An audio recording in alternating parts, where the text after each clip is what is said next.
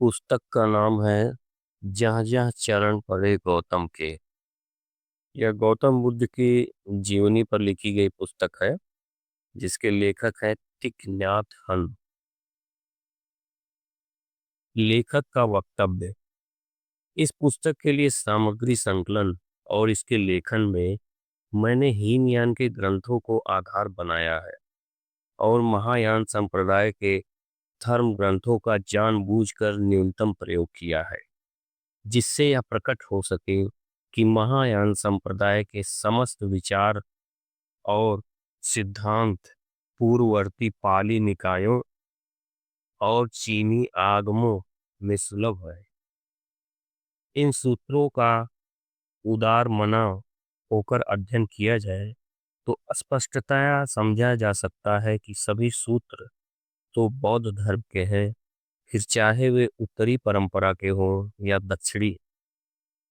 बुद्ध की मूल देशना के ज्ञान और गहन अध्ययन की दृष्टि से महायान सूत्रों में अधिक उदार और व्यापक दृष्टि अपनाई गई है जिससे मूल देशना की उन पुनर्व्याख्यानों को रोका जा सके जो देशना के अध्ययन और साधना के संकीर्ण एवं कठोर दृष्टिकोण अपनाने से संभव होती है। महायान के सूत्रों से निकायों या आगमों के पाठ की गहनता समझने में सहायता मिलती है। ये सूत्र दूरवीक्षण यंत्र के दृष्ट पदार्थों को दीप्त करने वाले प्रकाश के समान है जो भ्रामक रूप से संरक्षित किए जाने के कारण धुंधला गए हैं।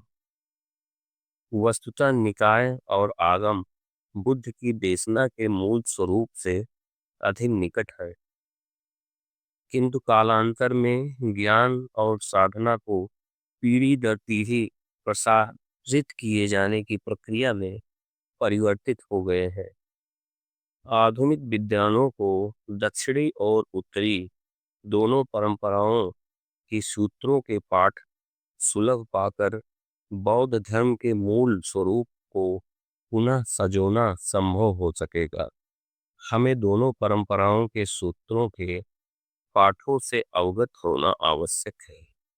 बुद्ध के जीवन को लोकोत्तरता प्रदान करने वाले ऐसे सूत्रों को इस पुस्तक में सम्मिलित नहीं किया गया है जिनमें बुद्ध के चमत्कारों का वर्णन है।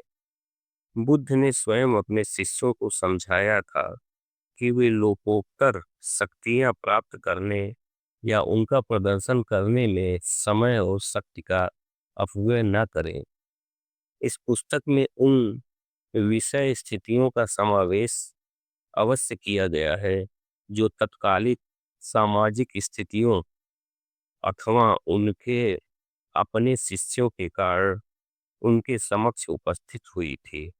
इस पुस्तक में बुद्ध हमारे और आपके सरीखे साधारण मानव प्रतीत होते हैं, तो इसका श्रेय इस तथ्य को है कि उन्होंने उन स्थितियों का किस प्रकार सामना किया। स्थानों और व्यक्तियों के नाम और बौद्ध धर्म की तकनीकी शब्दावली के लिए पाली भाषा का ही प्रयोग किया गया है, किंतु उन नामों और शब्दावली के संस्कृत रूप प्रयोग किए गए हैं जो सभी के लिए सुपरिचित है, जैसे सिद्धार्थ गौतम, धर्म सूत्र, निर्वाण, कर्म, आत्मन, बोधिसत्व आदि।